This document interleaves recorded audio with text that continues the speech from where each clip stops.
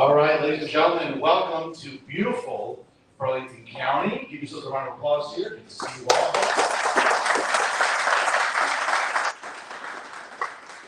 We are live right now on the Jersey First YouTube page as well as on Facebook, also on X, as I mentioned right before I arrived, and obviously throughout the early portions of the festivities. If you haven't done so already, please like, comment, and share our town hall today here for U.S. Senate candidate Justin Murphy.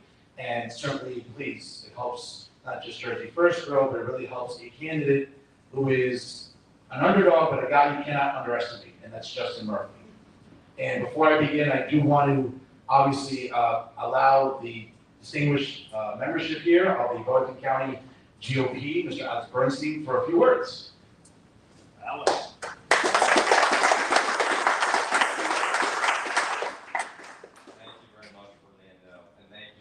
For being here tonight. For those of you who don't know me, my name is Alex Bernstein. I'm the Executive Director of the Burlington County Committee. I wanted to thank Justin for his work up and down the state of New Jersey, as well as Fernando for doing this here in our beautiful county in Hall-Burlington, New Jersey.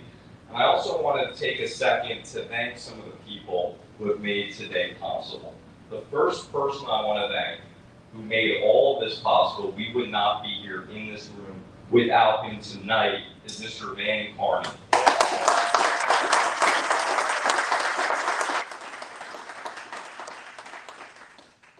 Van and the Morrilton team have done a fantastic job here in this town and across the county, and we thank him for all of his help in setting this up and everything else that you do, Van. You know what you do for us, and we can't thank you enough.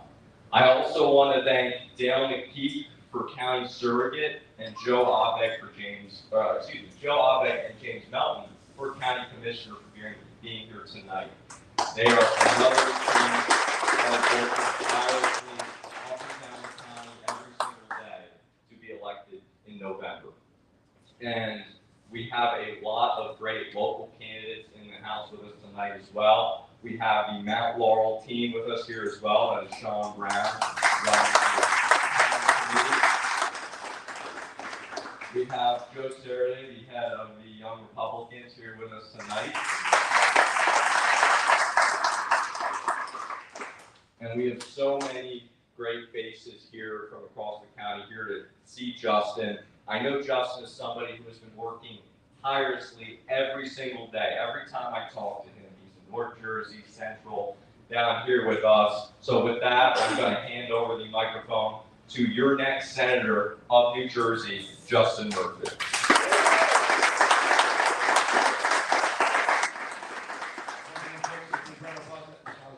The Executive Director of the Burlington County GOP here in our great state of New Jersey. Before we begin, I would like everyone to please stand if you can, as we will go with our Pledge of Allegiance. I pledge allegiance to the flag of the United States of America and to the republic for which it stands, one nation, under God, indivisible, with liberty and justice for all. Now, before we give it up to our main event here, as I mentioned, my name once again is Fernando Uribe. I'm the host and ticket producer of Real Talk with Fernando Uribe via Jersey First TV. Jersey First is a great nonprofit organization dedicated to empowering New Jersey residents, promoting fiscal responsibility, and common sense solutions that we're hoping to bring back to the state of New Jersey. On Monday nights, you can check out Real Talk with Fernando Uribe, obviously on all of the Jersey First platforms, on Facebook, on X, as well as on YouTube and LinkedIn. And I'm proud to say that, obviously here in South Jersey, there are plenty of conservative influencers and podcasters and commentators. I take a lot of pride in being one of the very few conservative podcasters and commentators in North Jersey. I come to you all the way from Hudson County, where Hudson County, it's as blue as Windex. Okay? And it's as blue as the New York Giants end zone. And not as clean as one guy. Yes, that's right. And I can tell you that even though I am from Hudson County, there are plenty of Republicans and conservatives who are concerned about the direction that New Jersey is going presently. What I can tell you is that I don't want you to lose hope. In the year where Democrats seem to think that they have the wind to their back, for any of you that are sports fans, I think you appreciate the analogy. That's not the case. Republicans and conservatives, even independents, when we band together and we get out to vote, and we don't get discouraged, we win. You've done that in New Jersey over the years. You can do that here in beautiful Burlington County, as well as the other 20 counties throughout the state of New Jersey. But let me just give you a little bit of context here about how important this race is and why it's so historical. Okay, the last time that New Jersey elected a Republican to the United States Senate was 1972. Okay, I wasn't even born yet, for the record, but I can tell you that a gallon of gas in New Jersey cost 37 cents in 1972. Buying a home in an urban area like mine in Hudson County would have cost you $20,000 in 1972. If you lived in some of the beautiful suburban or rural areas like here in beautiful Burlington County, it would have cost you approximately $32,000. Now, the minimum wage was $1.50 in 1972. Okay? Anybody remember who won the World Series in 1972? Well, I'll tell you. It was the Oakland Athletics, now soon to be the Las Vegas Athletics. Okay? With guys like Reggie Jackson, Ollie Fingers, you get by the Blue. It's a long time ago. Okay?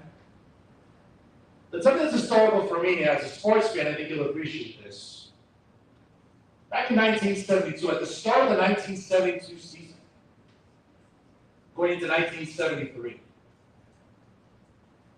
anybody remember who won the NBA championship that year? When the season started in 1972, right in November, like literally a week after Election Day, 1972, after Richard Nixon was reelected. Anybody have a guess who would go on to win the NBA championship at the start of the 1972 season? No, it was my beloved New York Knicks. And guess who won the NBA championship in 2026? The New York Knicks. I know it's not too popular here in South Jersey, that's okay. You got LeBron, that's okay, we got time.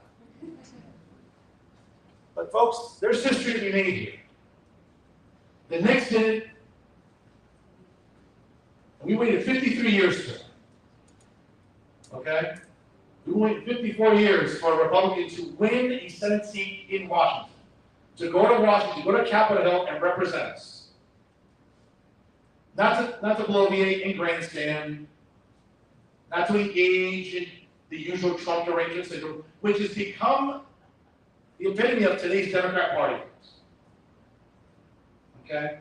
I mean, it makes me cringe when I say these words out loud, but our senior United States Senator thinks he's making some sort of waves by bloviating on the Senate floor and breaking some sort of record. I mean, that's great. If I went without food and water for X amount of hours, I could probably talk a lot of bullshit too. But that's what Cory Booker's been known for. Grandstanding, the usual moral sanctimony, and the selective moral outrage. That has become who Cory Booker is, and folks, that's what today's Democrat Party has become. Not just nationally here in New Jersey. And I mentioned at the onset, and I'll say it again. I come from Hudson County. A block from where I live, I can walk there and I can look at that skyline in New York City. To me, the most beautiful skyline in the world. No offense to people here in Burlington County. But 25 years ago, that skyline changed forever for me. And now 25 years later, in just a few weeks, as we are coming up to the observance of the 25th year after the terrorist attacks by Islamic extremists, it seems like we've forgotten. It seems like today's Democrat Party, not just nationally, but in New Jersey specifically, seems to embrace values that do not coincide with our Western values. We have a full-blown jihadist winning a primary in the Democrat Party in New Jersey's 12th congressional district. That's just scary for a guy that tells you he didn't know that working for a nonprofit linked to Al-Qaeda was anything he knew. Or campaigning with far-left radicals and progressives like Hassan Piker. We've seen it here in New Jersey. We just started out west this week, out in the great state of Michigan. The Democrat Party has embraced a jihadist, an apologist, who campaigns with people that say out loud that our country deserved 9/11. Folks, this is not an outlier. That is what today's modern Democrat Party embraces. Anti-Americanism, fiscal irresponsibility, identity nonsense, and you know what I mean with this. Justin Murphy, his story's great, and he'll tell you a little about himself in just a moment. But his stories are wonderful because it exemplifies the American dream. It exemplifies a man growing up to be a success. And I gotta tell you, I'm envious of him. Not just because he has the best head of hair I've ever seen in a man. And don't get it twisted. I say that as a straight male who can appreciate a good head of hair. God, I wish I had it. And next time he goes to the bar, I just want to be there and just pick up the scraps and just, okay? But Justin Murphy is not just hair. It's about his values, it's about his education, about his life experience. And that's what he can bring to Washington. That's what he can bring to the United States Senate. And for far too long, we have had senators in New Jersey representing us in Washington that have not represented or worried about identity nonsense or corrupting our kids in our public schools with curriculum that you know they should not be exposed to. Or voting for a responsible budget, voting for responsible judges. Because the President of the United States has the luxury under the Constitution to nominate judges that reflect our values. And presently, right now, we have judges in the Supreme Court. Some cases lately have pissed me off, but by and large, we have judges on the Supreme Court that reflect our values as a country. 74 million people voted for Donald Trump in 2024 for a second term. To enforce our borders, to bring back some sanity to Washington, to eliminate the identity nonsense. But he needs your help. He needs to keep the United States Senate and our House of Representatives and our majorities, and to add to it. You can do that by talking to your neighbors, talking to your colleagues, talking to your family and friends. Democrats think they have this in the bag. They don't. You have to get out and mobilize. You have to talk to people. Don't just, hey, listen, sure, you can vote by mail, but vote in person. Get out and vote. Don't just take it for granted. Justin Murphy is that candidate to reflect our values in New Jersey. But you have to get him across the finish line. You can't do it by yourself. You have to help him. I think today goes a long way in today's town hall and the other town halls we'll be doing throughout New Jersey to reflect the record and the platform that Justin Murphy represents. Without further ado, I want to welcome you to Burlington County and to, God willing, our next United States Senator here in the Garden State. Ladies and gentlemen, Mr. Justin Murphy. And by the way, if you have any questions, I ask you please line up to the far wall. I'll be taking questions from the audience to the candidate. If you have any ideas, start lining up and think of a question, and we'll get started in just a moment. But first, some opening remarks by, God willing, our next United States Senator from New Jersey, Justin Murphy.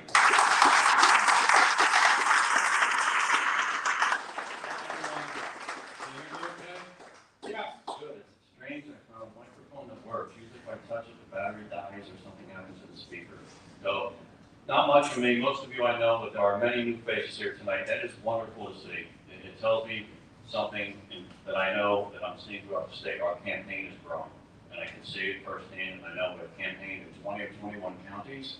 We've got one more to set foot in just to say we hit all 21. This is our third town hall. We're setting up a town hall, at least one in each of our 21 counties. My opponent has announced that he's campaigning across the country. I'll be campaigning in all 21 New Jersey counties. So what we'll do is, please, we want your questions tonight. We'll continue what we're campaigning on, which is a direct dialogue, developing a narrative and conversation directly with the people of the state, without a twisted print media that's hostile to us.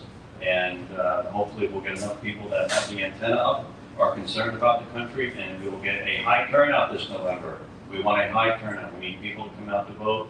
It's not enough that they're disgusted with Democrats or don't like Cory Booker. That has to manifest itself with them stepping into a voting booth and voting for Republican candidates up and down the ticket. So for all of our candidates here tonight, all local. I'm honored to share the ticket with you and all of you that helped in the primary, participated in the primary, whether you voted for me or not. It was a good primary. It's good to have competitive primaries. You can raise your hand if you're surprised I won. Come on, come on now, everybody. I was surprised I won. All right, well, let's get started. Like I said, I know it's a work, and I appreciate all of you coming here and engaging. I'm glad we're inside and we have air conditioning. I wouldn't put this outside. I would never put you through that. So thank you again so much. Looking forward to get started. So please, if you have a question, you can either walk up to see Fernando, or if you're not able to, he can walk the mic over to you. But we'll get started. I'll stay as long as we have to, and thank you again. If you are thirsty, please, there's some refreshments in the back. Help yourself with some water, some juice, and some snacks if you would like. And we have our first question. All right, this little young lady, what's your name and where are you from? Kathleen Carney, Dan's wife. Okay, From Burlington. all right, the lovely Mrs. Carney, I tell you. All right, please, our question for the candidate. Justin, I think I've heard you in the past mention your support for flat tax. Is that, can you tell me a little bit more about who that benefits, and have you done the math on that with respect to revenues in New Jersey? Who wins? Does anybody lose? Well, Thank you, great question. thank you very much. Yeah, the bullet point number one in my Senate pledge that I put out, many of you know and can see it's on my website, which is my political blueprint, my political DNA. It's what I run on in the primary. And people ask me how did I win, how do I, and I say because I have a powerful message. And bullet point number one, as someone who has been self-employed and involved in small business, always working adult life, one thing I want to do in Washington is to remove the 70,000-page Internal Revenue Code off of the backs of the American taxpayer. Okay, it is a beautiful tool. It obstructs growth and security for our middle class. Okay, we want to lower our tax rate, and here's what I plan. Hopefully with like-minded senators and congressional people. And I want to thank the Trump administration for elevating to a national discussion, finally, an entirely new system of taxation. And that's what the whole idea is. It's not just to say, I'm a Republican, I'm a Reagan guy, and I'm going to cut your taxes, I'm going to reduce your tax burden, reduce your tax rate. Of course, that's good. It's sound economic policy, it's sound philosophically, but what do we need to do more than? I think as a candidate, I want to take the debate on taxes and elevate it to a whole new level and talk about an entirely new system of taxation. And we need something simplified. We have an IRS that was abusive. We know the Obama administration abused it back in 2010, 2011, 2012, where they targeted conservative groups for some harassment and delay in applications for 501c3. The IRS has civil forfeiture power. Means if they say you owe them money, they can take it. They don't have to take it to court. You don't get any due process. They can tap right into your bank account and say, fine, that's what we say you owe us, and they take it. Okay, I'm not okay with that. I'm not okay with that. So here are the specifics on the plan. I would envision an income tax rate between 10 and 12%. Get rid of all existing rates. We have this tiered system now. We got like 15, 22, 28, 36, 39. How about one fair flat rate for everybody, 10 to 12%? I would like to start it at 10, but if negotiating it means to bring it up to 12 to get people support to pass it, I can be between 10 and 12%. We get rid of the Internal Revenue Code, we start our next bonfire with it. It's no longer in existence. It's abolished in its entirety. We retain mortgage interest deduction because we value home ownership as a basis for all of our economic freedoms. Home ownership being so important, I included that in my Senate pledge. So we retain mortgage interest deduction and charitable deductions. That's it. You get a large, generous deduction of about $50,000 to $60,000, okay, which right now our deductions are about $14,900 for an individual. But for a family of four, you would have a standard deduction of around $50,000 to $60,000. That means your first $50,000 to $60,000 of income is federal income tax free, and then after that, that 51st dollar, okay, the dollar after 50,000 or 60, wherever the plan would actually land, okay, you would actually have a 10% tax rate on that income, or possibly 12. Now, none of this affects Social Security, none of this affects Medicare, because your payroll tax, which would stay in place as it is now, is what funds those programs. So what we're going to do is we're going to send a signal to taxpayers, to citizens, and to businesses that America is open for business with a simplified tax code. You don't have to hire an army of accountants and tax attorneys in Washington to get special lobbying cutouts and carve-outs, which does nothing but empower the political class. See, the political class loves the 70,000-page Internal Revenue Code because they get to pick and choose who benefits from it. They get to pick and choose who they can punish with it. Okay, not okay with that, folks. That's not good. So we want a fair, flat system for everybody. So no one particular group is ever punished by the Internal Revenue Code. We don't want that. Okay, what happens with the numbers? It's growth. It's pure growth. Okay, anytime we grow our economy, we have more revenues flowing into the federal treasury. It happened for John Kennedy. It happened for President Ronald Reagan. It happened for George Bush. It happened for Donald Trump. We have record level revenue now to the federal government. Okay, does anyone know how much money the federal government takes out of our economy, how much we send to the federal government in taxes every year? $5 trillion with a T every year. Every year. Now, folks, that's a lot of money every year. It's a mind-boggling amount of money. Unfortunately, we're finding out now how much of it is wasted, stolen, theft, abuse. That also has to stop, and we'll talk more about that later tonight. But as far as who wins with this, when you have a simplified system that promotes economic growth, economic security for our middle class, economic opportunity for our working poor, and we don't have to worry about 70,000 page Internal Revenue Code being used and by the political class to punish their political opponents, I think we all win. And I'll tell you, I just want to finish one with a note. America was victorious in the Cold War, which was wonderful. We won the battle of ideas on what is the most productive way to organize a culture, economy, society, and government. Okay, and we look at the map, you can picture a map of the Soviet Union, and all of those Soviet socialist republics that are now independent countries, Ukraine, Estonia, Latvia, Lithuania, Belarus, Moldova, they all have flat taxes today. Former communist republics of the Soviet Union have all adopted, and most of them have adopted a flat tax.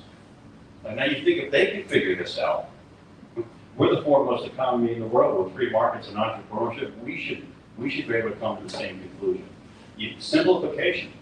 Okay, a new generation of Americans serving in Washington to simplify the tax code and simplify your life and let the small businessman and small businesswoman know that the best friend they have in Washington is Justin Murphy and the Republican Party. Very nice. All right, our next question here comes from Circuit candidate Dale McPeak. Not to surprise you, Justin. Justin and I are friends. We go back for a long while. What you probably don't know about him is that he is probably New Jersey's best estate lawyer. And so I'm going to hit him some questions about retirement people because I just retired and what he's going to do to help us in our retirement. Because Mikey Sherrill, every promise she made on senior citizens, she has taken back. And I know that you're running for United States Senate, not New Jersey Senate. But what can you do on the federal level that's going to help us offset all of these promises that Mikey made, but Mikey didn't keep? Well, Thank you. nobody but Mikey should be responsible for Mikey's promises, okay? What can we clean up for? We get a good crack at Trenton, okay, next year for our state assembly seat in 2027. So what do we do right now? The first thing that comes to my mind when people talk about senior citizens, Social Security, Medicare, Medicaid, is the staggering amount of fraud and theft that we've uncovered in the past year.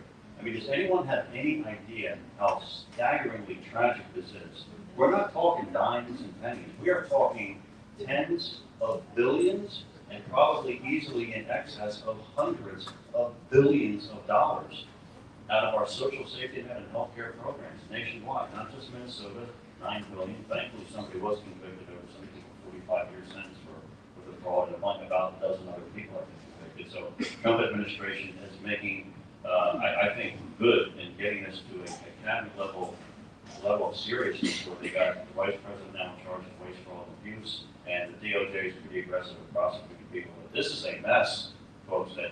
This is staggering amount of money. We're talking tens, if not hundreds of billions of dollars. That money, stop the bleeding, and what we can recover should be closed loop, dumped right back into the system that it was stolen from. And this is not just a government agency operating inefficiently, like most of them do. This is criminal. This is theft. Obamacare is filled filled with hundreds of millions of dollars of waste, fraud, and abuse.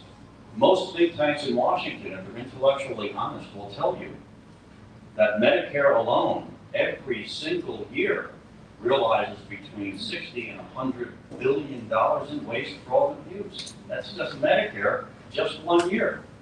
So we could be doing a lot more for seniors, okay, and how we provide care for them, and even with Medicaid, if we clean this mess up. Okay, now it seems pretty evident to me that there's one party that is not interested in cleaning up our mess, and there's one that is. Okay, this is absolutely, it's becoming front and top burner issue for me. Okay, there is entirely too much. We send this $5 trillion payroll to Washington every single year, and then we find out hundreds of billions of it is being stolen, wasted, theft. Okay, and we have a political class who either was not aware of it, so inept they could care less about it, and then they're not doing anything about it or somehow they're benefiting from it. Okay, this is why we need a new generation of Americans to serve in Washington. The only way New Jersey gets a new day in politics is if we elect new people. Okay, but the first thing that comes to my mind with these programs that people want, can we ensure the promises made to seniors today are kept? Can we do that? Yes, because we are now finding out how staggeringly high the cost of this fraud is and the burden it's imposing on the system. I was reading about Social Security and some testimony to Senate committees on how it can be kept solvent. Okay, one of the things we should be doing is tackling the fraud issue. Okay, it is a staggering amount of money, and it is disgraceful. You should be a little angry about it. You work hard. The government doesn't wait for their money. They don't mess around. If they say you owe them something, they're knocking on your door. And then it's turned around and it's wasted. Somebody steals it. It's just unacceptable. It's unacceptable to me. So that is, I mean, at the office I'm seeking, I would say that's probably the most potent thing that I can do. We have an affordability issue here in New Jersey. We all know that. But it's not Donald Trump in the White House, it's the Democrats in our Trenton State House that have been there for 25 straight years, uninterrupted, and most of that time with the Democrat government. And we got to crack at them next year in 2027 with state assembly and state senate seats. Much more to do, but fraud is big. All right, next question here. What's your name, where you're from, and the question for the candidate. Hi, my name is Sean Crump, and I live out here in Evesham. Justin, I have a question for you.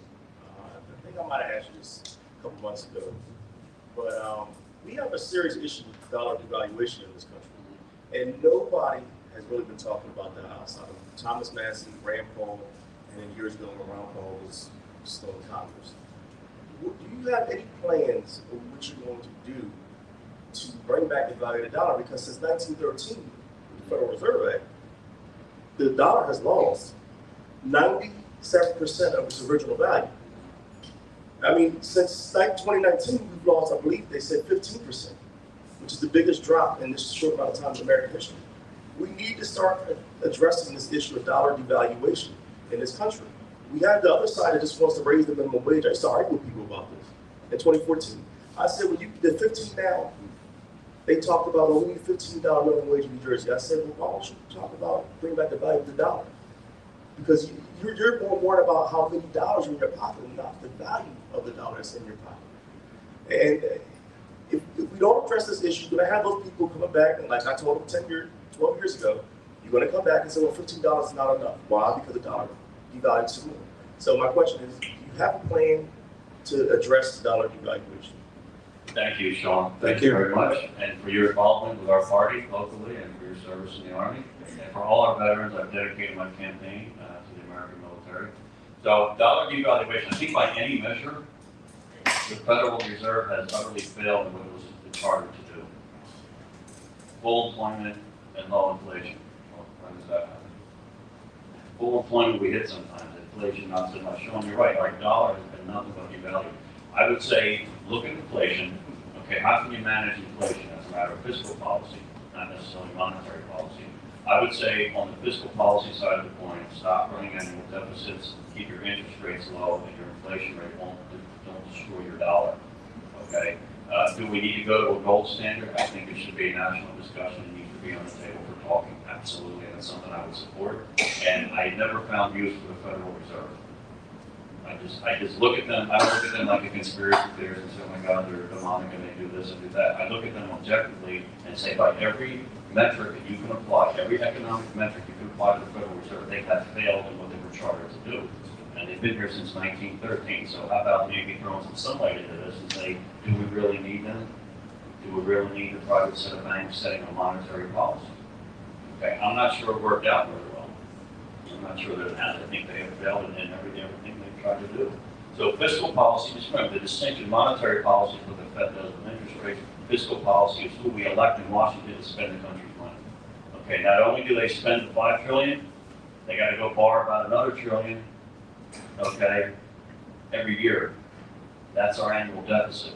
And then we take all those deficits as they accumulate, and that's our big national debt, which is now $39 trillion, which is, that's pressure on interest rates. Interest rates and inflation go up. Because what happens when interest rates rise or inflation rises? The Federal Reserve jumps in the mix and they raise interest rates to combat high inflation. And what happens to the dollar with that? It gets further devalued. So I don't know how many dollars you're dumping on my lap. If they're losing their value, it's no good to me. So it's fiscal policy, monetary policy, think anew. What's wrong with the gold standard? There should be a discussion. And the Federal Reserve, unless we could make some changes, I can't see where they've been successful.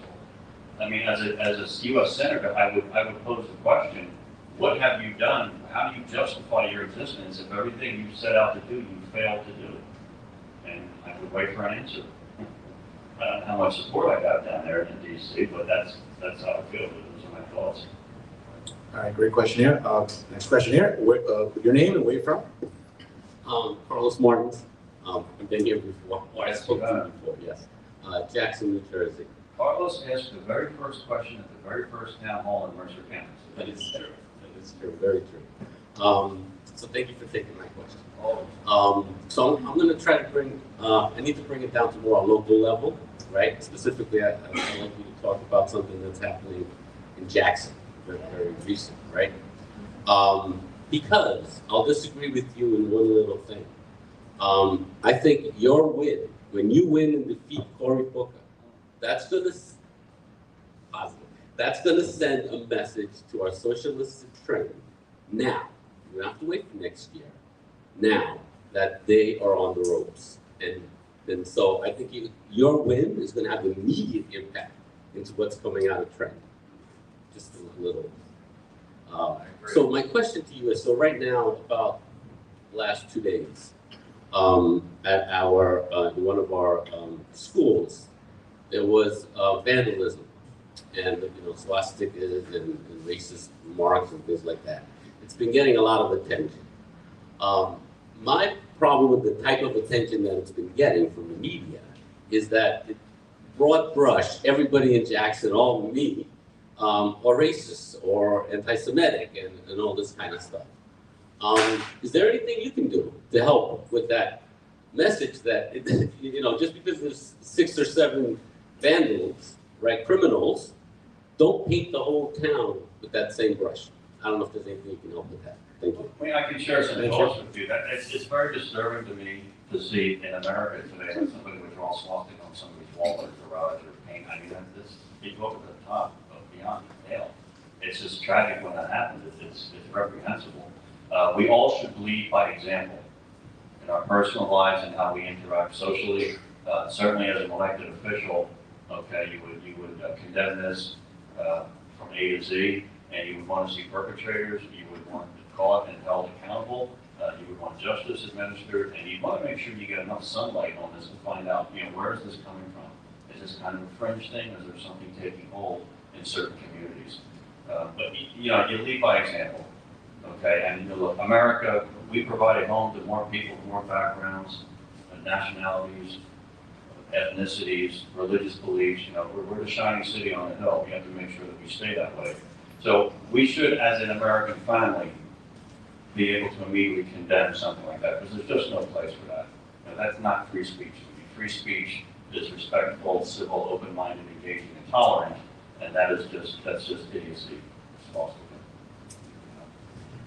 Thanks, sir. Let's move on here to another question here. Your name and where you're from?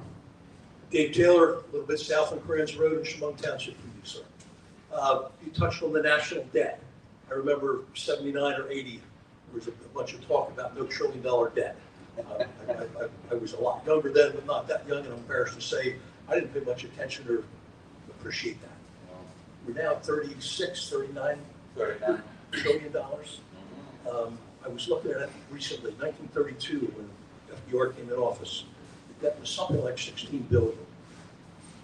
1945, I think, after all the expenditures of World War II, it was about 45 trillion. There was a chart, a graphic on Google that started in 1940 and ran through 2025. Literally every year, I don't care whether it was, you know, Nixon, Johnson, Reagan, Carter, Bush, anybody, it kept climbing. There were a few years in there where there was a balanced budget. I could probably count them on one hand. How do we, yeah. I'm a partner, I might be missing a finger, so. Anyway, where do we go with that? I think it was Stalin who said one murder, or one death is a murder. 100,000 deaths is a statistic. And that $39 trillion, that's just a statistic. We can't wrap our head around it. How do we deal with that? It's a mind-blowing number, isn't it? If we don't deal with that, none of the rest of this really matters. Yeah, I mean, think about, and thank you for the question, sir. Sometimes as a country, we talk intensely about the national debt, and then it kind of dissipates, and we'll talk about it again until 5 more years pass by, and it's even bigger than it was before. I mean, 39 trillion, okay, is about 100% of our GDP right now. And what that means is our annual GDP equals what our national debt is. That's scary. Okay, there's only a few times in our country's history where we've had that. It's right around World War II, because we had to borrow so much money to fight in World War II. Okay, national debt. Just remember 2 things. Our annual deficits are different from the national debt. Sometimes the news gets everybody confused. The $5 trillion we send to Washington every year that the government spends, and then they have to go out and borrow another trillion or whatever they need. Okay, the money they borrow for that year is our annual deficit. And all those years that we run annual deficits, we usually do, unfortunately, that accumulation is our national debt, which is now 39 trillion and growing ridiculously fast because that compounded interest is. People say, well, why haven't we crashed yet? There's some reasons for that, but here's what I think we're going to have to do. All right, number 1, stop running annual deficits. Okay, that should not be that hard to do. $5 trillion a year in revenue to the federal government should be enough to balance the nation's checkbook. If you stop and think about how much $5 trillion is, and then to get it every year, and we have a political class in Washington that can't balance a checkbook with $5 trillion of income every year, it's unacceptable. It's unacceptable. We should probably submit a balanced budget amendment to the states, okay, so that we can follow that process prescribed in our Constitution. A balanced budget amendment to our Constitution would be the 28th Amendment, I think, which would require the federal government to balance its books, okay? Say a quick story about a balanced budget amendment and how all votes count. 1994, Republicans won big with the contract with America. We won 54 House seats that year. We won 12 U.S. Senate seats, okay, during the Clinton administration. And one of the 10 items with the contract with America was a balanced budget amendment, okay? The process prescribed in the Constitution for balanced budget amendment is that each chamber of our legislative body, the legislative branch of government, the Senate and the House, they have to draft language identical to each other for what's going to be submitted to the states for ratification. So two-thirds of the House of Representatives, okay, has to do it, and then 2/3 of the U.S. Senate has to do it. And then when they meet and agree, that amendment is submitted to each individual state for ratification over the next ensuing number of years. And if we have 3/4 of the states that ratify it, then we've amended our Constitution. Okay, so in 1996, the Republican House, okay, by 2/3 vote, passed the amendment. It goes to the Senate, okay, and it failed. We could not submit it to the states for ratification because it failed. And it failed by 1 vote. 1 vote in the U.S. Senate, okay?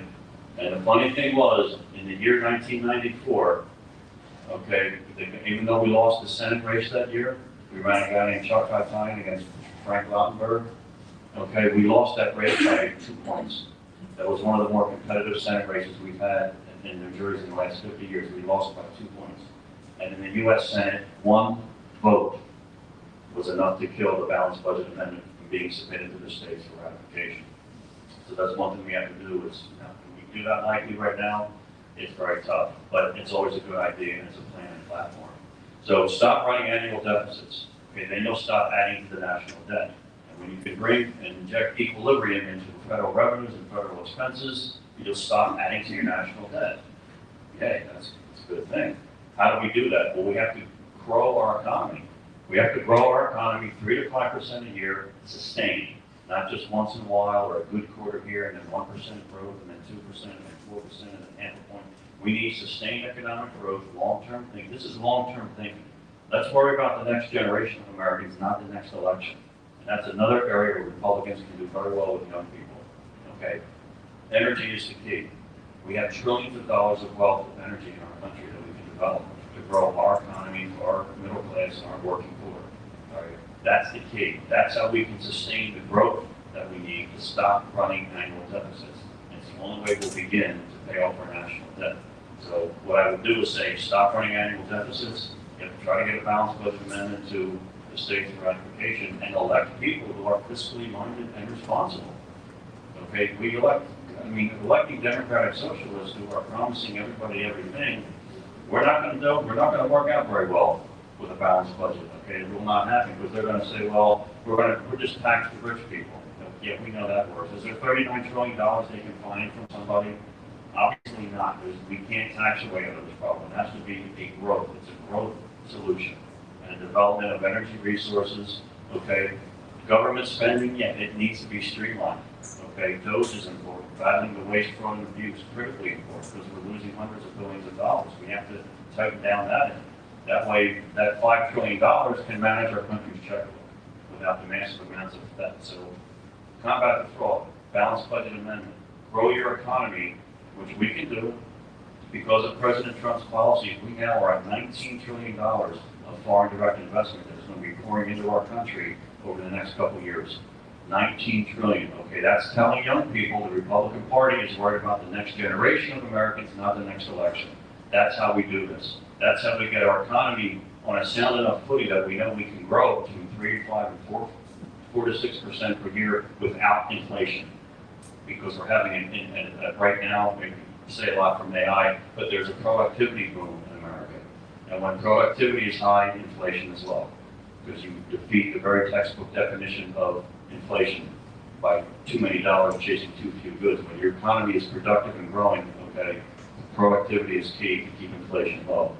That is what I would do with the $39 trillion. Okay, stop running annual deficits, grow your economy, balanced budget amendment, and who we elect, it matters. We need people that with some business background, not the person that went from grade school to high school to college to master's to doctorate to work for bureaucracy. And we've got government people. We need private sector experience in our government. Okay, that helps. It helps a lot. It helps an enormous amount.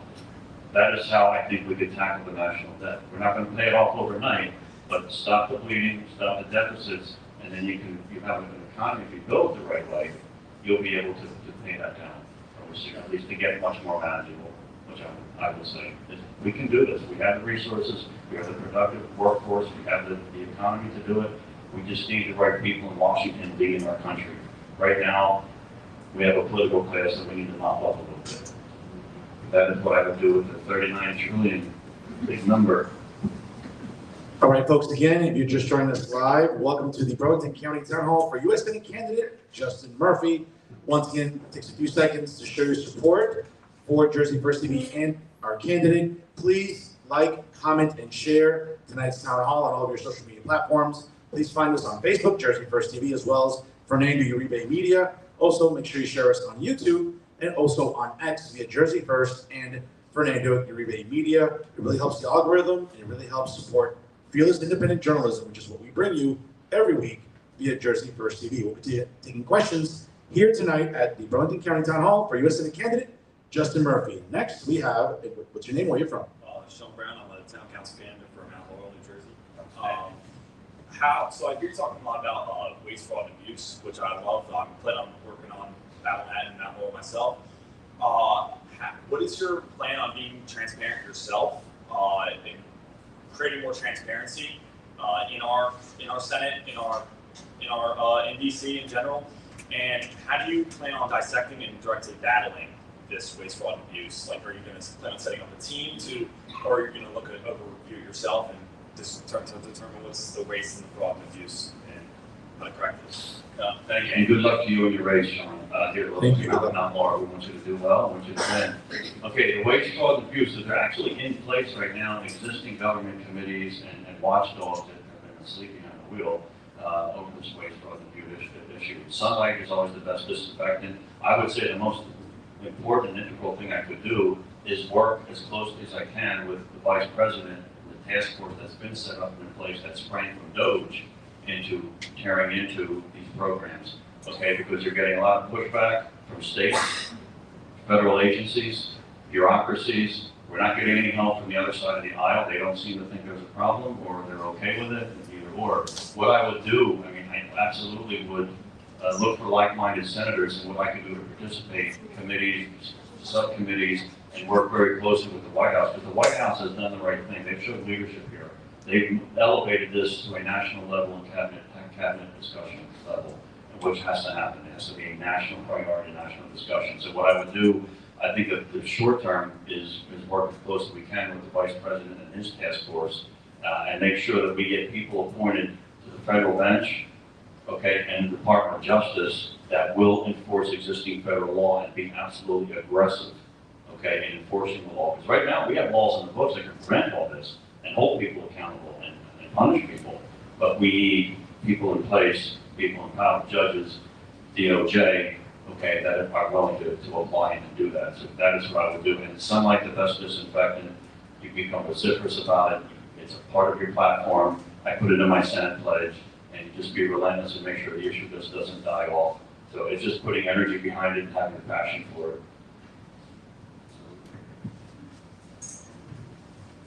The question here, once again, okay? Yeah, sorry. Okay, no problem. Once again, your name and your question for the candidate. Sorry. I won't come up again, I promise. Please do. I had a follow-on question again to the tax thing. And then I actually have another question for you. So on the flat tax, 30 to 40% of Americans today don't pay federal income tax because they're in the lower tax bracket. They don't make a lot of money. So are you suggesting that they're going to have to pay 10 to 12% where they're paying zero now? So that's one question. My other question is, when you look at the state of New Jersey with Donald Trump ran, most of it's red, except if you take Camden, Trenton, Newark, it's this blue line. It's a lot of population, a lot of minorities, people of color. Cory Booker obviously tied to Newark. So what is your compelling selling proposition to get these folks who have voted Democrat during a historic gas price of $5.02, which was the average when Joe Biden was running? Right. And also, inflation was somewhere around 9 to 12%, yet they still voted for the Democrat tickets, even though they complained about kitchen table issues. So what is it that's going to convince them, like, let's take the city of Trenton to vote for you?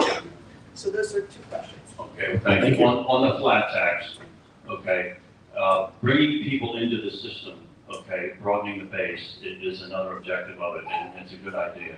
But you have to stop and think, if someone is working now and they've been taken off the federal income tax rolls because of like an EIC or an income tax credit, child credit, okay, and we get rid of that by getting rid of the Internal Revenue Code, okay, but we're replacing with this very large deduction, this very large standard deduction that everyone will not get. So they're still, depending on their income level, okay, so if you're still kind of way down on the rungs of the economic ladder and you're not earning a lot of money, you're still going to be probably income tax free in all likelihood, because your first $50,000 or $60,000 in the plan that I would like to see enacted, you would not pay federal income tax on. You would pay payroll tax on.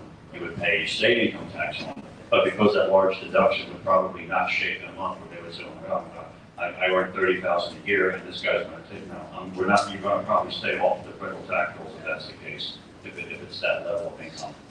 And as far as your next question was,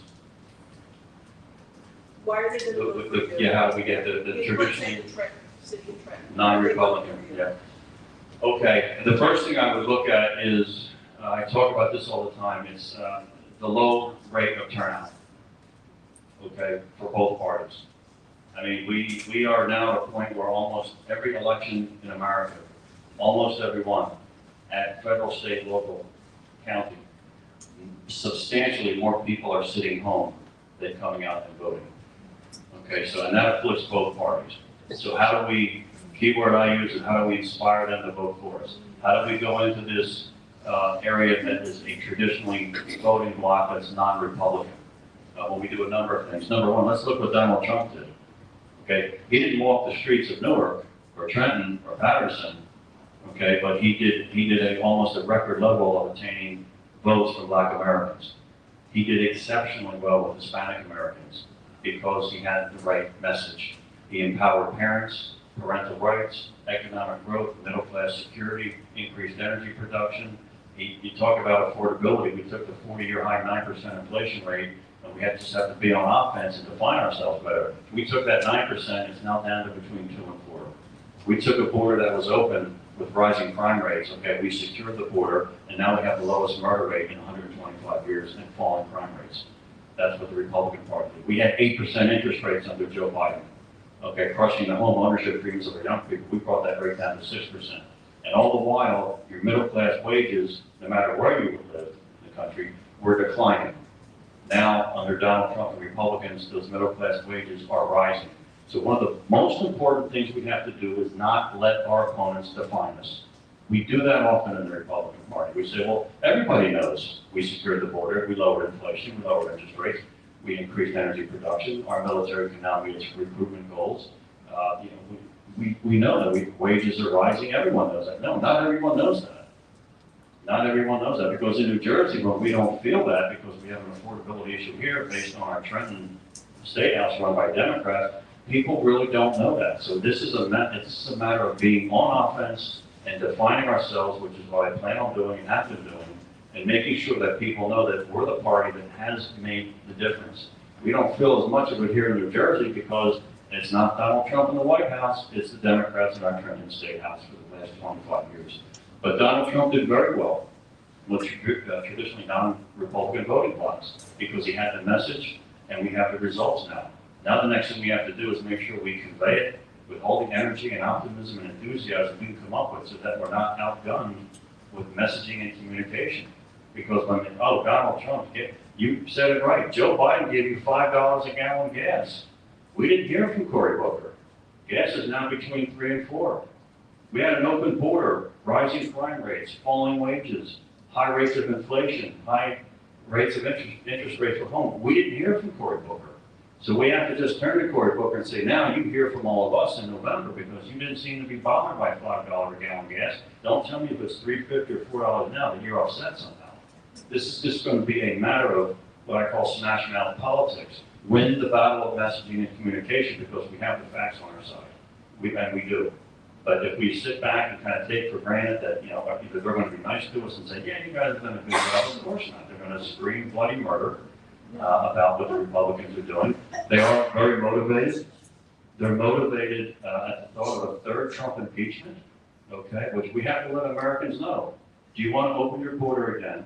Do you want to suppress energy production, which is going to make you think the cost of living is bad now? It's only going to go back up to where it was under Joe Biden and even worse. Do you want a third impeachment of Donald Trump? Do you want to just obstruct Donald Trump's agenda? And my punchline to Cory Booker is your hate for Donald Trump is no vision for the country.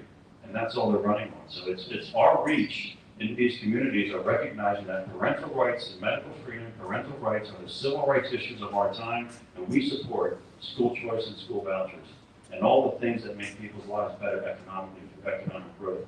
We all know Rich DeBoer, right? One of the 4 that ran, one of my opponents, great guy. Rich and I struck up a very nice friendship. We got along very well. We've become very good friends, and he has officially come on board, Murphy for U.S. Senate, to lead our urban initiative into those neighborhoods and communities that are traditionally non-voting Republican, and he's already got that ball started. I called him up, I said, Rich, I shared an idea with him. I said, listen, I wanted to follow up with you. I really want you on board. I said, I think the way we were together a lot during the primary, speaking to a number of people, seeking the nomination. And I said, you really drove home the point that we had to get into these urban communities. And the fact that there are so many disaffected Democrats out there provides an opportunity for us to bring our message to them. I said, I really like you on board if you can take our message, not just for me and my Senate campaign, but for the entire GOP and Republican Party into the areas of Newark and Patterson and Trenton and all the areas that are traditionally non-voting Republican. He started laughing at me. I said, what's the matter? He said, bro, because I already started. So he's been doing that.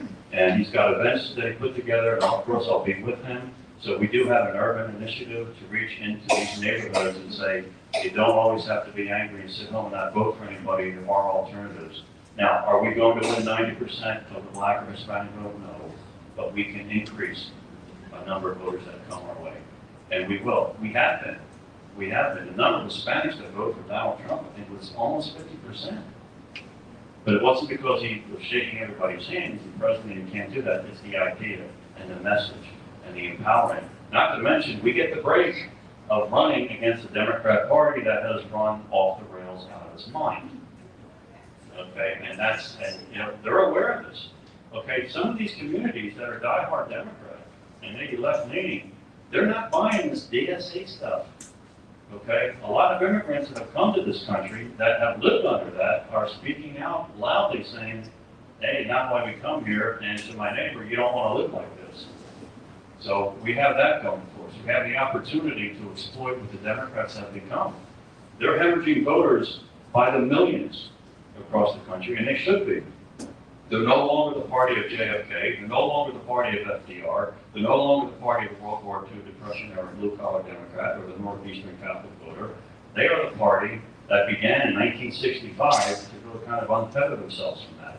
They are now the party of the illegal alien, the criminal, open borders, the Green New Deal, okay, and well, DEI and CRT and everything else are trying to show that they're the party that's waging war on parental rights, and they're also the party under Joe Biden, and Joe Biden, I don't think he was really aware of this, and whoever was really running the White House at the time. The DOJ under Joe Biden was actually trying to recruit Catholics out of Catholic churches to spy on other parishioners. Now, I'm a Catholic, folks, but that's not sitting well with me. And people say, well, Joe Biden's not the president. I know, but it's part of a more broader liberal agenda to do this, because we know pro-life Catholics are the domestic terrorists that you should fear, right? And this is what they did. This is what they were doing. I mean, to actually do that, okay, to think about the abuse. You talk about the abuse of the IRS, okay, but here, this type of attack on faith is something else we can take to communities of faith, no matter what their skin color is, and say, we're the party, we offer a better tomorrow.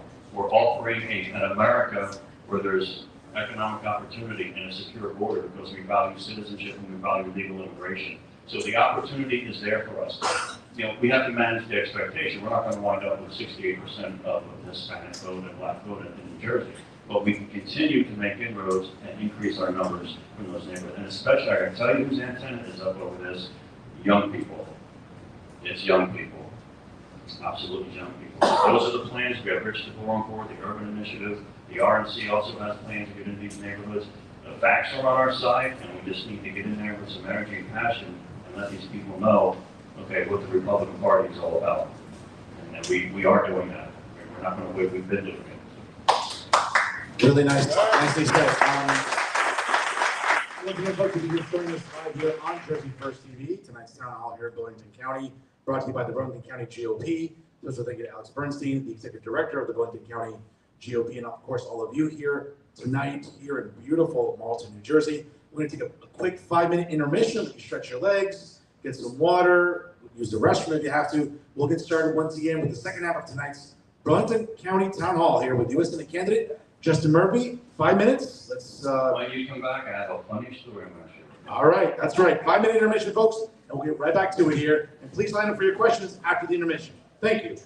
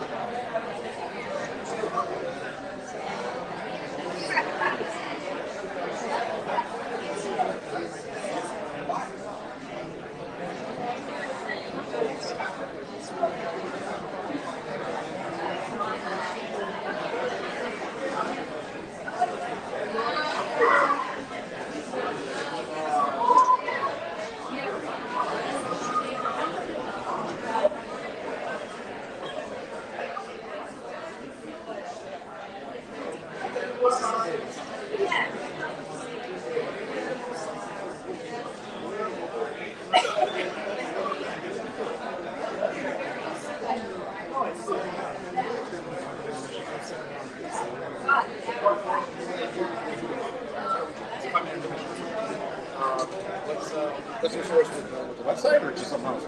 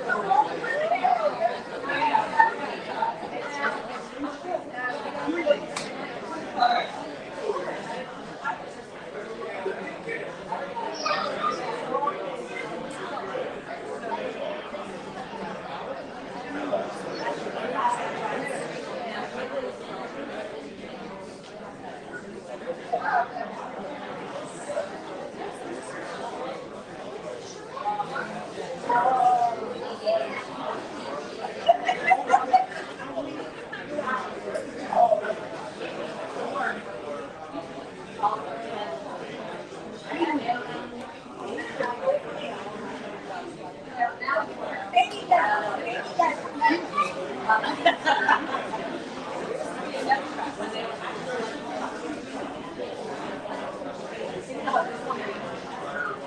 see you at the next one.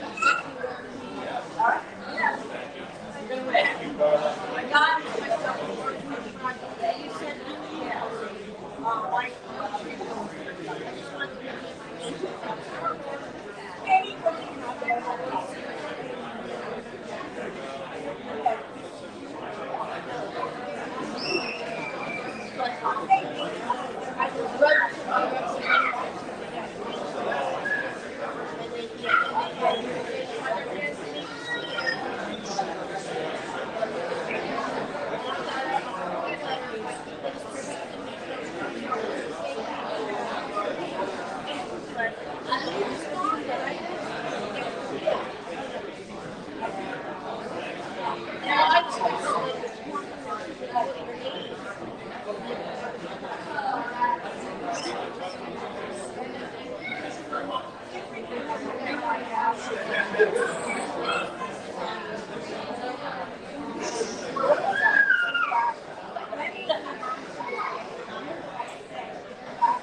Once again, folks, welcome to Burlington County and tonight's Town Hall.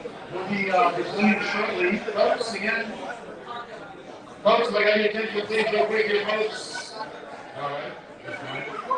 Folks, yes, please, attention, please, attention. Folks, attention, please, thank you. Thank you, appreciate it. We'll be resuming our second half of our Burlington County Town Hall. Obviously, I do love the energy with the questions during the first half. Let's keep it coming during the second half. As we'll resume shortly, again, there's some refreshments in the back. If you go to the bathroom last minute, please hit the restrooms, or right there, right down the hall. And I can't say enough really about thanking all of you for coming out here tonight. I want to give a thank you to Alex Bernstein, the Executive Director of the Burlington County GOP. A round of applause for Alex, please. We have a lot of great candidates, both at the county level and municipal level here in attendance, so I do appreciate your participation here tonight. Again, keep the questions coming to the candidate. We are live right now on Jersey First TV. And folks, if you're not familiar with Jersey First, it is a nonprofit organization, and Jersey First TV as well. Advocates as well. They'll be joining me live on Monday nights, which you can, again, check out, folks. You can watch it live on Mondays or share the replays. I can say honestly and really, really proudly, we've been averaging well over 11 to 12, even 13, 14,000 organic views every week on Monday night. Nothing boosted, all right? I'm not vaccinated, so I don't believe in boosters. I don't think you do either for the most part. And there's no paid ads. Everything's organic, authentic, and real with Real Talk on Mondays. So I'm proud of the traffic that I bring you. And what really helps is the guests, the elected officials, the candidates, the advocates, the journalists, other members in New Jersey that matter. And I can tell you that you can look forward to Justin, and a great interview I'm going to be having with Justin in September.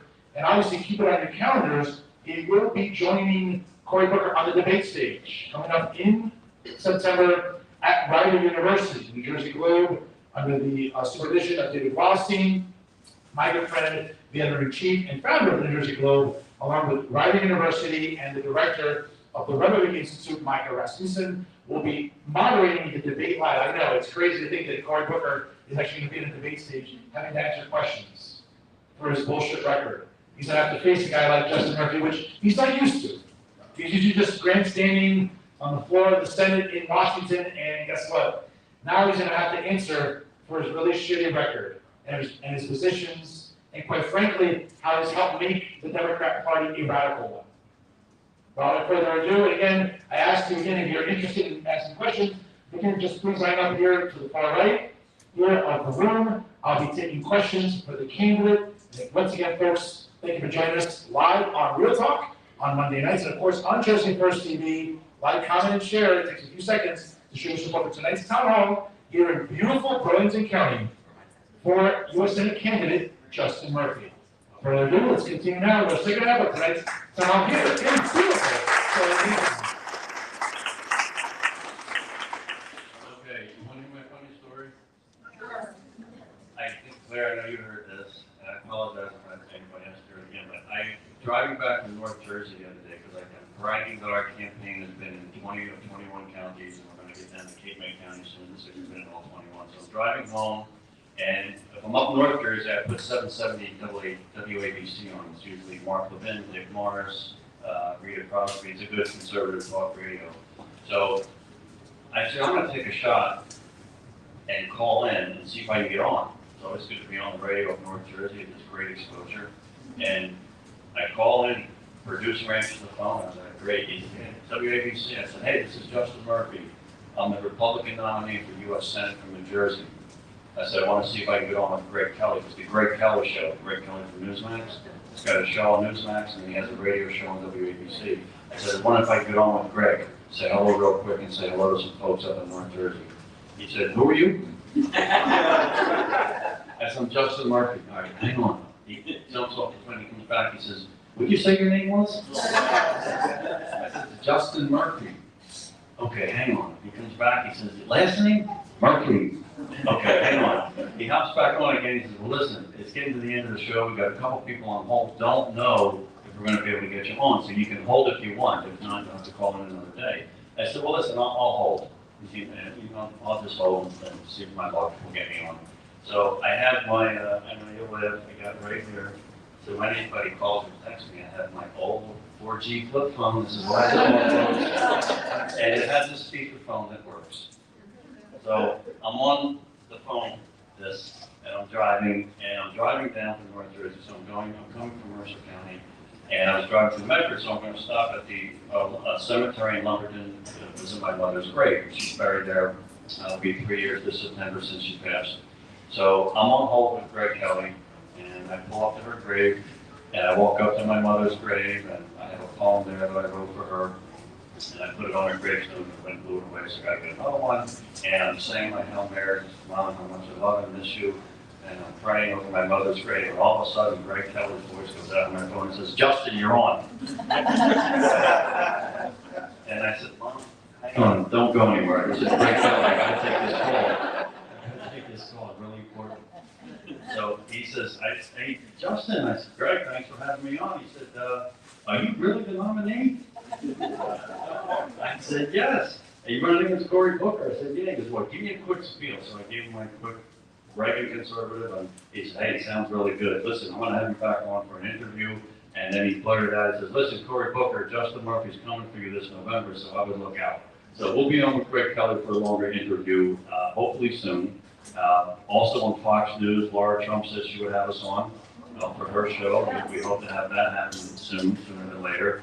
And I was on with Dick Morris the other day, WABC, and 770 AM. So he had us on for a nice interview for about probably 8 or 10 minutes, which was good. And I was on 12:10 AM today, and we'll be back on there also. So we're trying to take down as much radio time that we can, and either 92.1, 770 AM WABC out of Newark, 12:10 AM out of Philly, and 101.5 and we're on a number of times. So we're trying to get our message out where we can. But let's get back to questions, okay?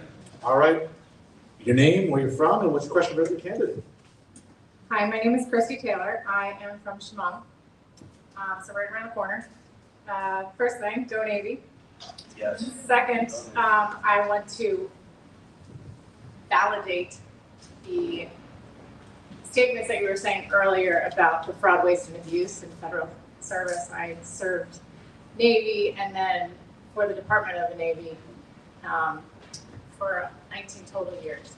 So it is rampant. That needs to be changed. My next question is, over the last few candidates that have been in office, Biden, Trump, even I think maybe Obama, they were talking about veteran choice and being able to go out in town to use, like if you have VA disability, rather than hustling all the way into Philadelphia every time you need to go see your primary doctor and fighting FEMA traffic. I know it's not a big issue for everybody, but it's a big issue for a lot of veterans, especially the elderly veterans, to get in there. Some of them are amputees and they need to get rides in or whatnot. So there's been a lot of talk about veterans' choice. Is it ever gonna actually happen? Well, thank you for your service in the United States Navy. Thank you. Thank you very much. Thank you. I served 4 years in the Navy, so I enlisted at 17, and then we did our 4 years and then came home. As far as veterans, you hear about this idea. Now, if people ask me, just as a gentleman here just brought some veterans issues to my attention, what I think we should probably do, is I like to be decisive. I don't like to fix something that's already broke, that doesn't do anything. Okay, I look at the VA as nowhere near serving our veterans to what they deserve. It's gotten better. A little better under It's Trump. gotten a little All right, well, look, we'll take that. Since That's Trump's good. got in office, it's way better than it was. Well, I remember when Joe Biden was president, he opened up the VA healthcare system to illegal immigrants. Yes. He did that. He actually did that. And we didn't hear from Mr. Booker when that happened. Keep that in mind. So Mr. Booker hears from all of us this November. What I would like to see is this. Either an abolition of the VA and vouchers for veterans, or we keep the VA, we can make it functional and meet needs of the VA, but combat wounded veterans should have a voucher to go anywhere they want. That's it, that's simple. And the US government should pick up that tab for combat wounded veterans, and they should go anywhere they want for healthcare or mental health care services they need. Anywhere they want. I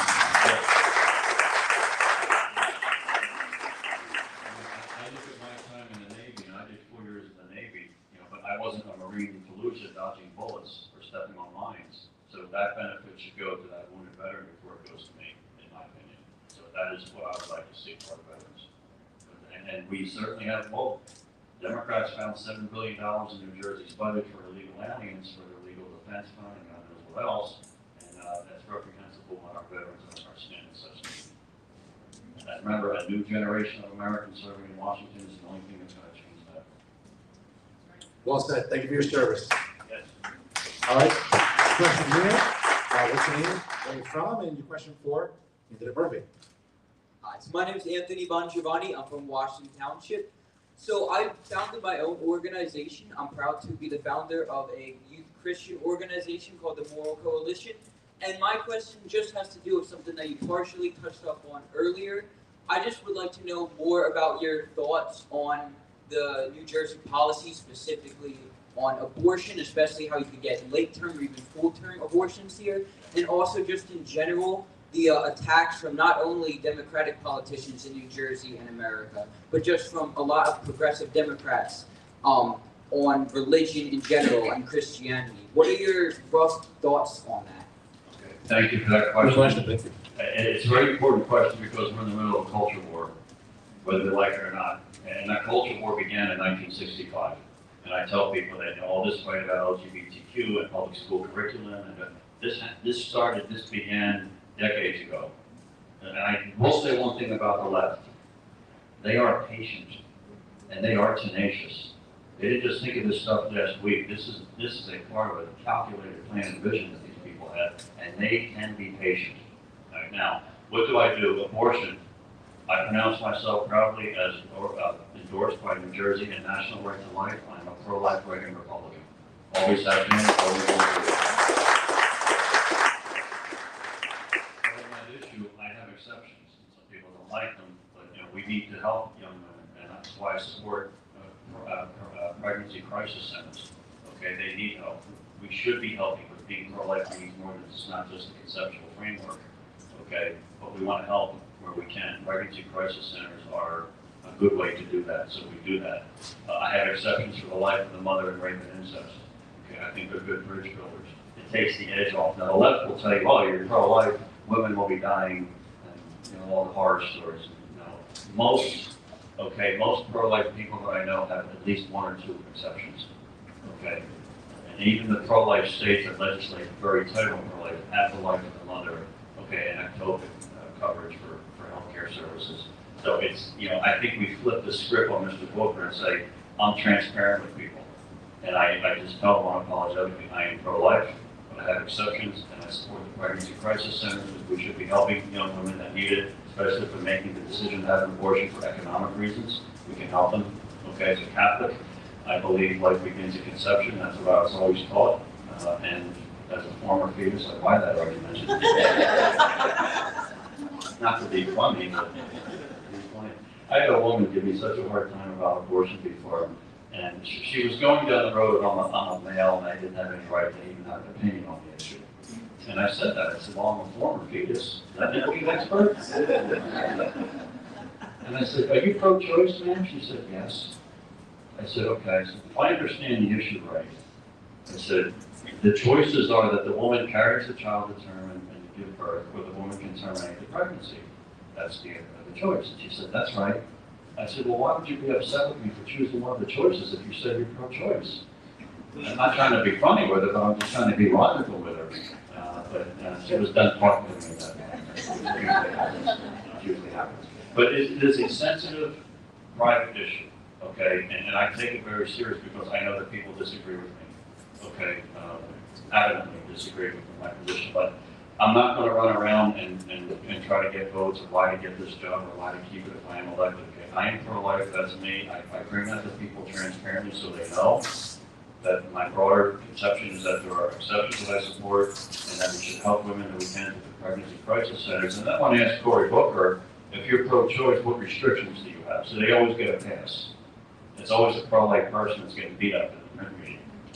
Okay? But it's an issue we should never run from. We don't run from any issue. We engage all issues and define yourself. That's the most important thing.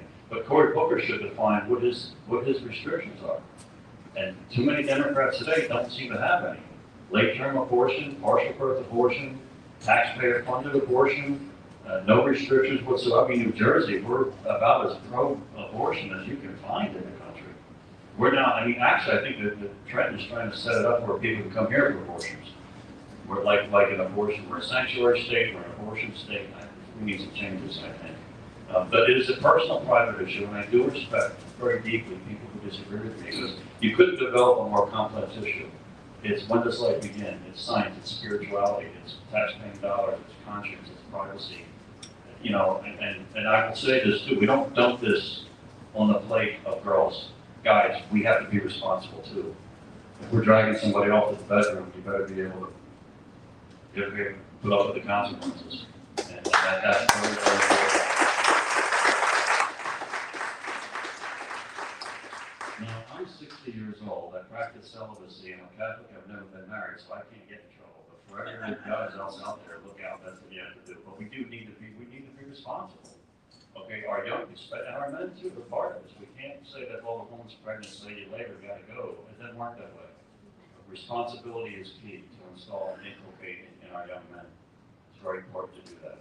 So, as far as religion, I'm Catholic. I say everywhere I go.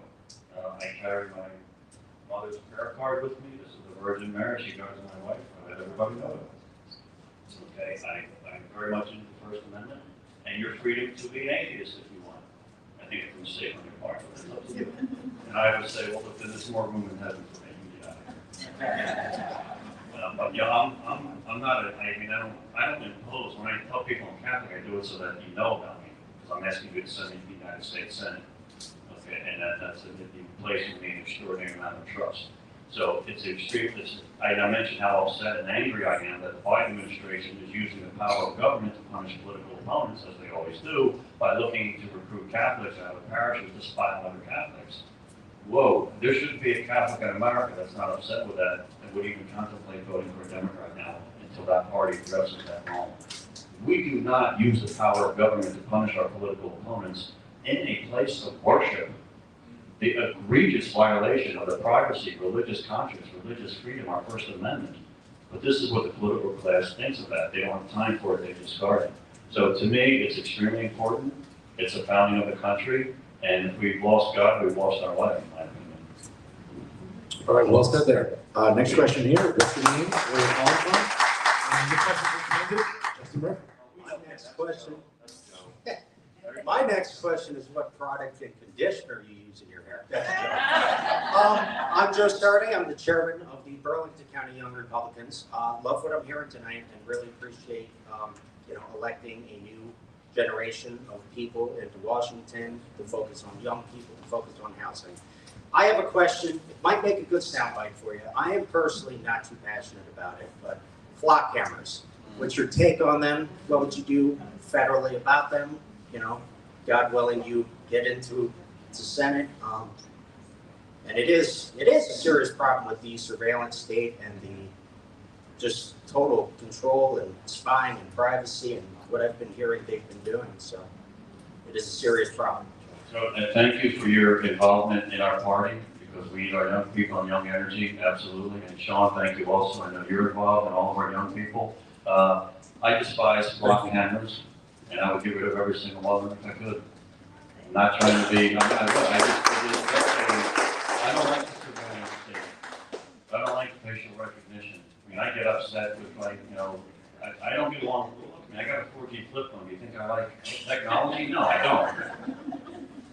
It's bothersome to me, because I like freedom and I like privacy. That's my America. Okay, block cameras, watching what everybody does. I'm just not into it. I just am not into it. Because somehow we built the most successful economy and culture known to human civilization. Without block cameras, we can do without them. We don't need them. And I would certainly be a very, very libertarian on this issue. It's a privacy matter. I don't like people watching me to begin with. Yeah. No block cameras. None at all. All right, very nice. Just before the next question, just have to tell you, I mean, once you win in November, I mean, you might have to get an iPhone once you're in Washington to communicate with aides and, you know. Well, I'll have staff with their iPhones. They can tell me what they say. Okay, cool. All right, just making sure. All right. All right, next question here is from County Commissioner candidate Joe Abeg. Thank you. Do they have 4G flip phones? I had 3G. They had the temerity to make me upgrade to 4G. Incredible. We also have the other candidate here for County Commissioner, James Melton. Please stand up, James. He came in late. A rock star.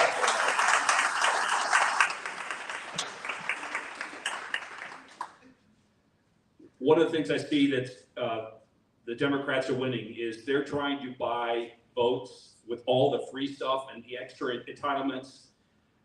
How are we going to counter Spartacus when he starts pushing that? Thank you, Joe.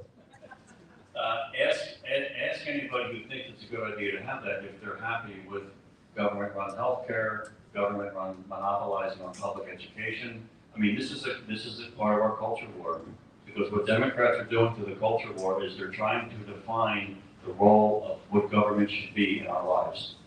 Okay, so what we need to do is be unified as libertarians and conservatives and Republicans and push back on this and say, yes, it sounds very good, but education is not free. It sounds very good, but healthcare is not free. It sounds very good, universal basic income, and Finland tried it and they scrapped the program because it doesn't work.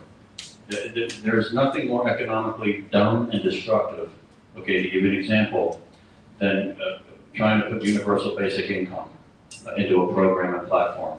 Okay, to borrow money you don't have, to pay somebody to not produce something, you couldn't come up with a more destructive economic policy. So we need to be loud, consistent, and persistent as a party. And whether we nominate moderates or conservatives or libertarians, we all need to have and beat the same drum. Okay, socialism is a failure. Communism is a failure. And we just, you know what, here's one thing we need to do. Donald Trump is having midterm conventions for us this September 8th and 9th, 9th and 10th. It's one of the best ideas I've ever heard. We have a convention every 4 years for our presidential ticket. Now we're going to have a 3-day in Dallas, Texas for our midterms. We need to do that to nationalize the issues for us and get interest and exposure for our party going directly to people. Okay? One of the things I think we should do, one of those nights should be solely dedicated to speeches from people who have immigrated to this country legally and come from communist or socialist countries to talk directly to our young people. You're being lied to. Your life is going to be taken from you. You'll be robbed of a dream and a decent shot at life if you go down this road. Okay? And it's going to be what I call, again, smash mouth football. It's going to be fought out in the trenches. It's a battle of ideas, and whoever wins the battle of communication and messaging will win the battle of ideas. So we have to be aggressive about it, Joe, and it's very, very important because some young people are falling for this. Oh, it's great. Capitalism's horrible. I'm coming out. Oh my God. Capitalism was a moral system, the most moral economic system known to man. We just have to make sure that they understand. I ask a young person, you know why the Berlin Wall fell? And they don't even know what the Berlin Wall is. They really don't. They don't know anything about the Cold War and what a profound moment in human history that was when the Berlin Wall fell and the United States won. That was a profound moment in human history, human civilization, and human development. And we won that war on the international stage, and now we have to win it domestically because it's been brought here through letting our public education system collapse. And that's what's happened.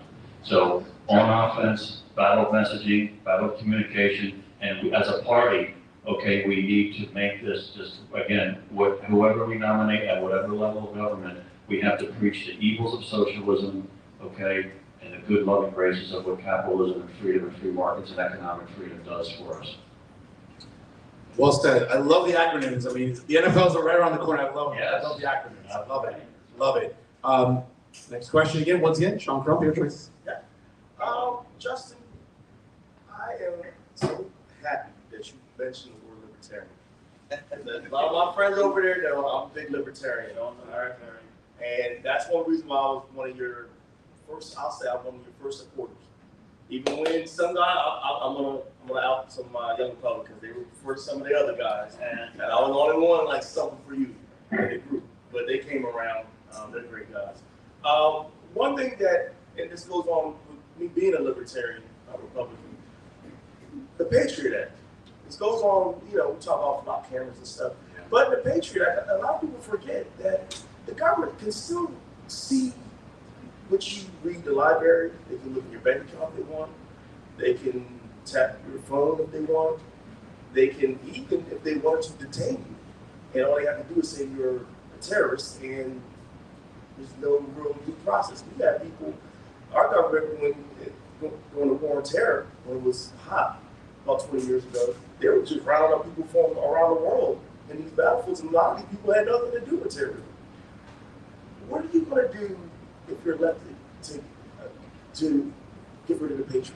Would you get rid of the Patriot? That's my question. Because I feel like it's an infringement on our civil liberties, our privacy, and I feel like there's something that, a phrase that was coined by, they call them conspiracy theorists. But a guy named David Icke, and he called it the totalitarian tiptoe. And you know more than I do, because I'm only 37, and I was a teenager when 9/11 happened. But we have less freedoms today than we did in 2001.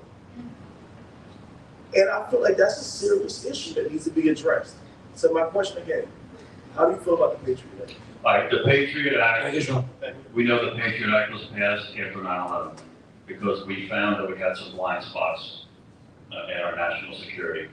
The problem, Sean, with the Patriot Act is, guess what happened to it? Yes, the political class under the Obama administration in particular abused it. And they decided to turn it on U.S. citizens. Okay, nobody after 9/11 had that in mind. It was to combat radical Islamic terror, which, by the way, is here, folks. It was to, it was to cover those blind spots that led to 9/11, at least from what we had thought we had learned from it. The Patriot Act has been abused. Look at the number. Look at the FISA, okay, Foreign Intelligence Surveillance Act, and the FISA courts. The amount of lies by sworn officers of our Department of Justice to get Donald Trump. I mean, how many lies were submitted by FBI agents to FISA courts? And a whole lot. So what has happened here is the system, okay, it's the people who are in it. It's the political class that have hijacked it. It's the political class that have corrupted it. It's a political class, okay, that has used it, the power of government, to punish their political opponents. That's what we don't need and we don't have. The Patriot Act, I think, has some Fourth Amendment gaps in it, which cause concern about due process, warrants, and all that. That's an easy fix to me. If you have that, then you have your safeguards, because the civil liberty safeguards, like you said, people being rounded up, maybe it was overseas or not. Now, does someone overseas, should they enjoy Fourth Amendment protections? I'm not, no, our Constitution for our country, our citizens, our people. Our national security apparatus is far from perfect, but we're fighting a war on the battlefield. Many, and this is what the deal was with Guantanamo Bay. We would capture these combatants in Afghanistan, Iraq, and we would send them off. We didn't know to put them. We had black sites, they got shut down. We had to put them somewhere. They want to bring them into our system or into our country because then they could say, well, I need to be available due process. I need to be available to Fourth Amendment protections. And we saw what the Supreme Court just did with birthright citizenship, which is utterly ridiculous. But the Patriot Act, I know, was just up for renewal, and I believe it was renewed, right? It was renewed, and I believe because of the safeguards that were put in, okay? Making sure that there was due process, appeals process, Fourth Amendment protections, warrants. My concern with it is the corruption of it, okay? It's the corruption of it, because what we saw with Operation, with Jim Comey and the Obama administration, and how the power of government was absolutely abused egregiously like we've never seen before, of which I still hope that there's accountability for that. Hopefully we're inching closer to that, and we should. There's some people who should be held accountable for that. The Patriot Act, if there's a way to get rid of it and making sure we don't go back to those blind spots, you have to remember, Sean, our border's been open under Joe Biden for 4 straight years, and we let millions upon millions of people into this country, and we don't know who they are, where they came from, what they're doing. It's estimated 18,000 terrorists known have entered that open border, okay? I believe Kash Patel just put out a public statement that in the last 12 months, I think, if I can recall the number, 500 terrorist attacks have been thwarted. Thankfully, the ones we never found out about. So we do need to make sure that we have tools to fight this because they're here. They're here thanks to that open border. I think after we get the border secure, we don't have any illegal crossings now, that's good, but we have a lot of residue from that 4-year period, which would be a disaster, okay? We have some radical voices in the Democrat Party finding their way to primary victories, and maybe more of that to come, I don't know, hopefully they won't survive general elections. But I do not, my concern is always the power of government abuse to punish political opponents. And that's the problem. That is the main problem with me. It should never happen, and it has happened, okay, and we still don't have it straightened out yet, in my opinion. It's okay now because of the Trump administration. But if we have a Democrat president that comes back in 2028, okay, with a Democrat House or Senate, what do you think they're going to do? They trampled on civil rights before with COVID, okay? They trampled on civil rights before the Obama administration to get Trump and Operation Fury or Operation something Hurricane, right? And that was about Crossfire Hurricane. Thank you. That was Crossfire Hurricane. That was the highest levels of our government conspiring with each other, the intelligence community and our federal government that we now know, to use the power of government to punish a political opponent. And they were lying to FISA judges. You're an attorney. You lie to a judge, you lose your license. End of story. You're done. You're done. There's no suspension. It's withdrawn, revoked, and you're done. You go do something else with your life. And I don't think enough people have been held accountable for that. I'm a hawk on national defense because I think threats to us are very real. But one of the things I don't like is the amount of banking, the intrusion on the banking industry. Like you open.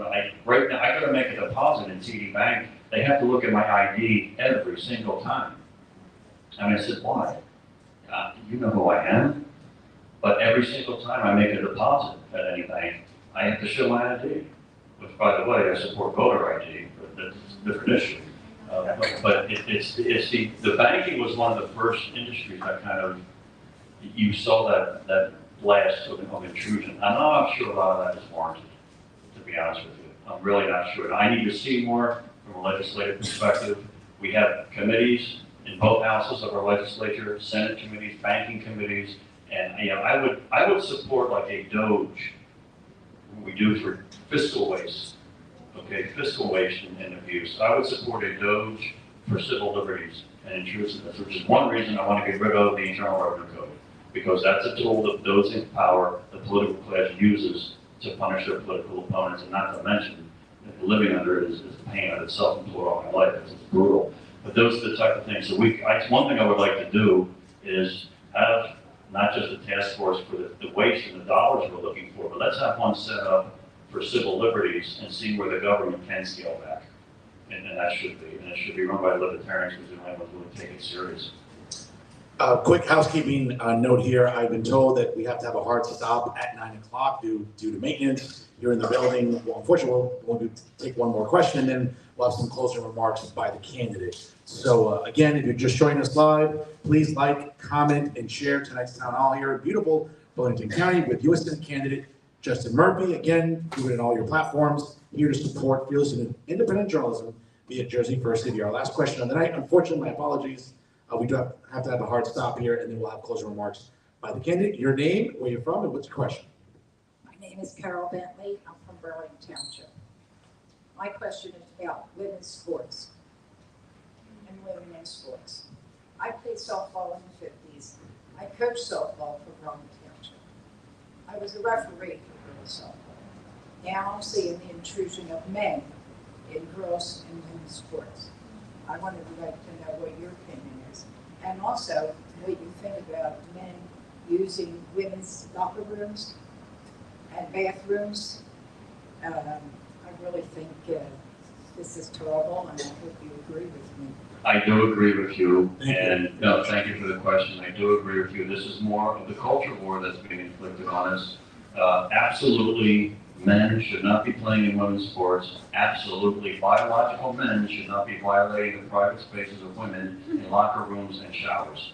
I can't imagine that we have this type of madness and insanity. This type of madness and insanity that we're actually having a discussion over this. My first business was a small business, was a gym and a health club.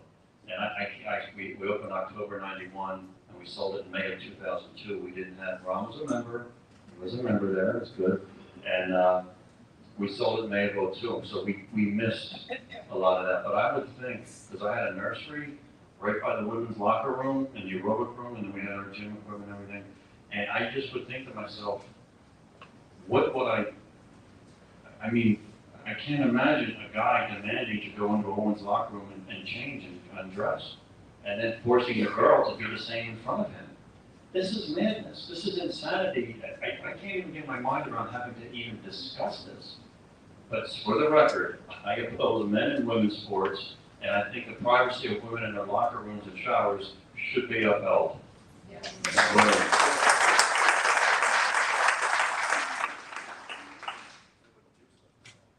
Yeah, that's right. Fernando, good job tonight. Well, thank you so much.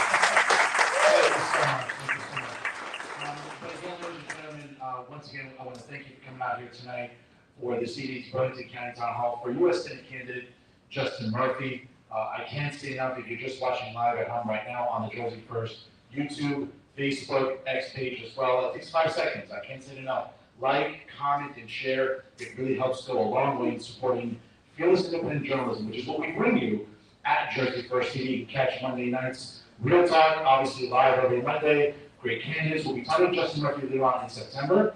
And as a special program, don't forget, you'll be on the big stage at Rider University Sunday, October 8th, right? It's Thursday, excuse me. Thursday, October 8th. Mark on your calendars, folks. He'll be live on the campus of Rider University down in Lawrenceville, you know that area, in Mercer County, in Central Jersey. He'll be there on stage, live with, believe it or not, Cory Booker actually will debate, which is surprising.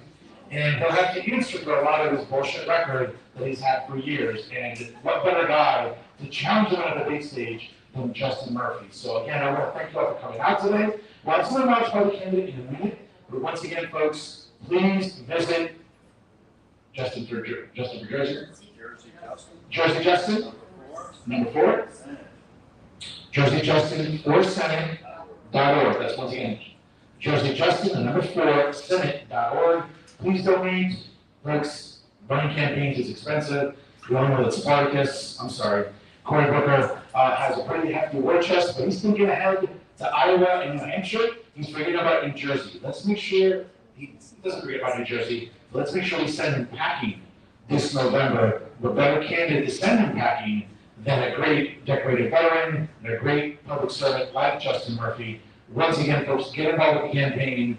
Keep an eye out for Thursday. Once again, Thursday night, October the 8th, via the New Jersey Globe. We'll be there live. I'll be there live doing a post show on the campus after the debate. I'll be in the media scrum there with the candidates, and I'm sure it'll be great to watch. You can watch it online or watch it live on the campus of Bradley and registered marketing calendars. We'll be doing town halls for the rest of the fall and obviously the election season. I look forward to seeing a lot of you. Hopefully I'll be moderating some more, hopefully. Thank you. And I look forward to seeing many of you at these town halls. Tell your friends, your neighbors, your colleagues. Folks, Democrats don't have a monopoly on New Jersey. They think they do, but they really don't. It's up to all of you to talk to your friends, your neighbors, your colleagues, even your frenemies if you have to. If you care about a better New Jersey, it starts right now in supporting Justin Murphy. Thank you for your time coming out here today. It's a beautiful Marlton here in Burlington County, this great facility here. And of course, I want to thank the Burlington County GOP, and of course, all the great Evesham Municipal Chair, and all the great candidates here in attendance. Again, I can't say enough, folks. Like, comment, and share tonight's town hall here in Burlington County. And we'll close out with the candidate, Justin Murphy. Thank you. Thank you for the great job. Thank everyone for taking the time to come out. The civic engagement is important. Apathy is too high, turnout rates are too low. We need to change that. Friends, family, neighbors, neighborhood associations, whatever you can do to help our campaign, put a small coffee together for us, make a contribution. You can take some literature on the table out there. They have those little boxes you can go skin thin. I don't do it myself, but I always write a check and mail it to somebody. You can do that too. But any help that you can provide us is wonderful. It's appreciated. Corey does have, I think, last count over 32 million in his bank account, which I wanted to ask him, like, where did you get that? And how much of it came from outside of New Jersey? I bet you a lot of it did. A lot of it did.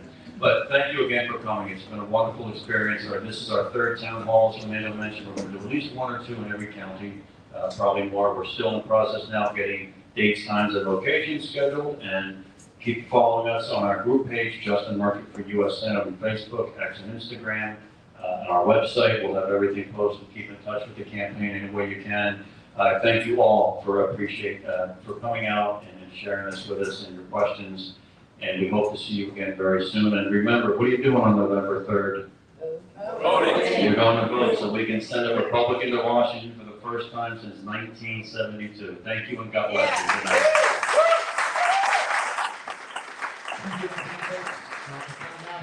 We appreciate you. Again, please get home safely. And remember, again, like, comment, and share tonight's town hall. It'll be online, obviously, after you leave. Please do that this evening, do it all weekend to support Justin Murphy. Thank you so much for joining us here on Jersey First TV.